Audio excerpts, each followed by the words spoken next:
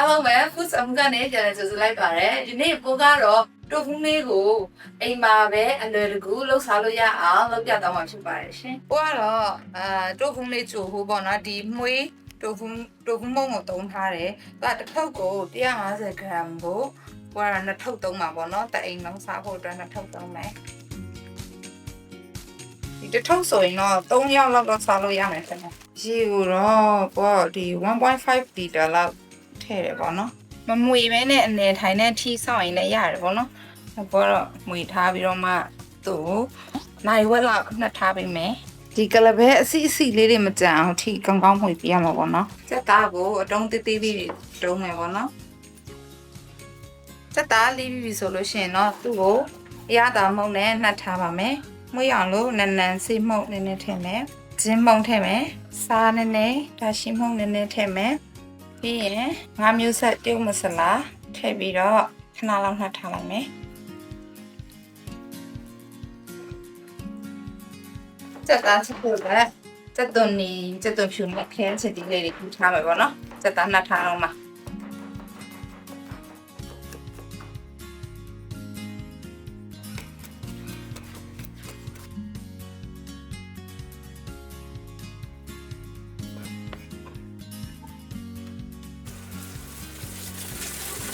တမ်ရှုံစီတတာရွှေရောင်တန်းလာပြီဆိုလို့ရှိရင်เนาะခင်းချင်လေးလေးထည့်လိုက်ပါမယ်ခင်းချင်လေးထည့်ပြီးလို့တအောင်လောက်တိုင်เนาะတက်တာနှက်ခါလေးတွေထည့်ပြီးတော့ချက်လိုက်ပါမယ်တက်တာလေးတွေလုံးထားပြီးလို့စီလေးနည်းနည်းထွက်လာပြီဆိုလို့ရှိရင်เนาะသူ့ရေလေးနဲ့သူလုံးထားပြီးရင်เนาะဒီလေးနည်းနည်းထည့်ပြီးတော့ဆက်ထားလိုက်မယ်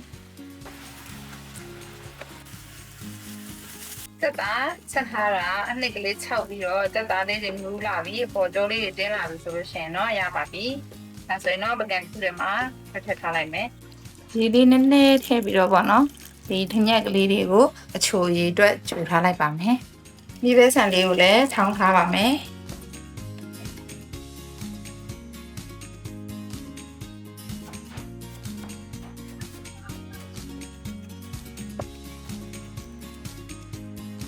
ဒီတော့ငါးမျိုးဆက်မဆလာထည့်မယ်တရုတ်မဆလာစီချက်3မျိုးလုံးမယ်မြို့ဒီစီချက်လုံးမယ်စက်သွန်ဖြူစီချက်လုံးမယ်ပြီးလို့ရှိရင်တော့စီမွေးလုံးမယ်ပေါ့နော်စီပူလာပြီဆိုရင်တော့စီချက်လုံးပါမယ်ဒါတော့မြို့ဒီခွဲချမ်းထောင်းထားတာပေါ့နော်အဲ့ထဲကိုပဲစီချက်ပူပူလောင်းထည့်လိုက်မယ်ဒါကတော့ငါးမျိုးဆက်တရုတ်မဆလာရဲ့ကရဝေးရွက်ရဲ့ပြီးလို့ရှိရင်တော့ပိုနက်ပွင့်လေးနည်းနည်းထည့်ထားတယ်ပေါ့နော်ဒါတော့စီမွေးလို့ဖို့ပါကျန်တဲ့စီကိုတော့စက်သွန်ဖြူစီချက်လုံးမယ်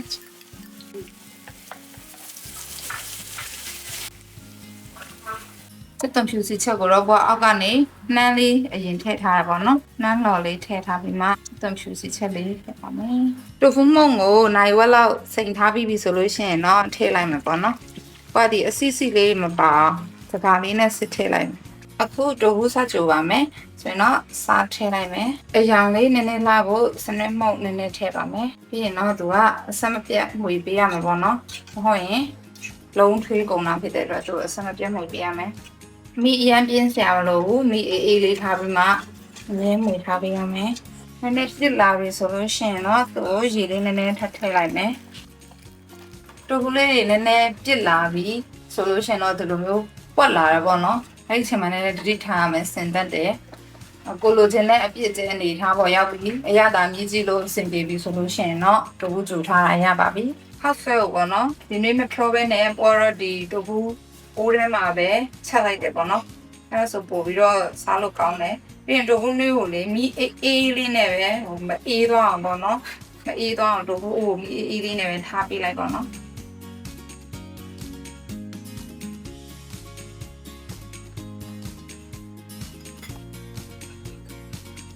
ဆိုရင်တော့ဟင်းပွဲပြင်ပါမယ်။ပြည့်ညက်ပြားရဲ့အနောက်လေးနဲ့ထည့်မယ်။ပြီးရင်တော့ဆက်ထားတဲ့အနှစ်ထည့်မယ်။ဒီပဲဆန်လေးထည့်မယ်။ချိုကြိုက်လို့ရှိရင်တော့ထညက်ရေးကြိုထားလေးနည်းနည်းထည့်မယ်။နံပင်ဒါစက်သွန်ဖြူနန်းစီချက်စီမွေး ငရုတ်သီးစားရင်တော့ငရုတ်သီးစီချက်လေးထည့်မယ်ဒီတော့ဒီချာကိုညှက်ထားလေးထည့်ပါမယ်